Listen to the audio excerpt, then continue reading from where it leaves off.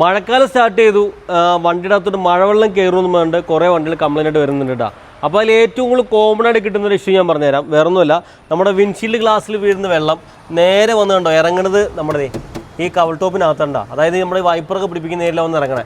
അപ്പോൾ ഇവിടെ വന്ന് ഇറങ്ങണ വെള്ളം ഉണ്ടല്ലോ, അതെ നമ്മുടെ ഈ കാണുന്ന ഈ ഫയർ വോളിൻ്റെ അകത്തോട്ട് വന്നിങ്ങനെ വെള്ളം കെട്ടി നിൽക്കും ഇതിനകത്തോട്ട്.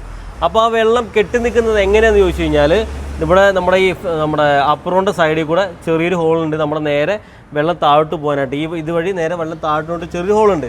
അപ്പോൾ ഇതിനകത്തോട്ട് ഈ കരിയിലേക്ക് വീണ് കഴിഞ്ഞ് കഴിഞ്ഞാൽ ഈ ഹോള് ബ്ലോക്ക് ആവും. ഈ ഹോള് ബ്ലോക്ക് ആയി കരിയിലെന്നല്ല, എന്ത് കയറി കഴിഞ്ഞാലും ബ്ലോക്ക് ആവും. ഈ ഹോള് ബ്ലോക്ക് ആയി കഴിഞ്ഞാൽ സ്വാഭാവികമായിട്ടും വെള്ളം നിറയും.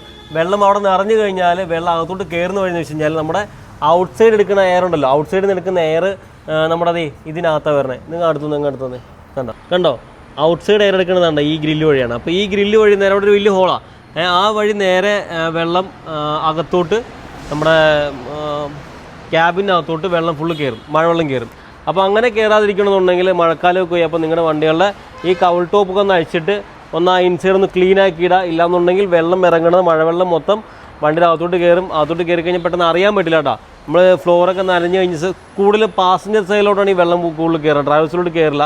അപ്പോൾ പാസഞ്ചർ സൈഡിൽ വണ്ടി ഇരിക്കാതെ സിംഗിളായിട്ട് ഓടിക്കുന്ന ആൾക്കാരാണെന്നുണ്ടെങ്കിൽ കൂടുതൽ ശ്രദ്ധിക്കുക. ആ ഇടയ്ക്കൊന്ന് ലെഫ്റ്റ് സൈഡ് തപ്പി നോക്കിക്കോളാം വെള്ളം ഉണ്ടെന്നുള്ള കാര്യം. വെള്ളം ഉണ്ടെന്നുണ്ടെങ്കിൽ ഇതുപോലെ കൗൾ ടോപ്പ് ആയിരിക്കും ബ്ലോക്ക് വരാൻ ചാൻസ് കൂടുതൽ. അപ്പോൾ അതൊന്ന് ക്ലീൻ ആക്കിയിട്ട് വണ്ടി ഓടിച്ചു കഴിഞ്ഞാൽ മഴവെള്ളം അകത്ത് കയറാതെ നോക്കാം കേട്ടോ.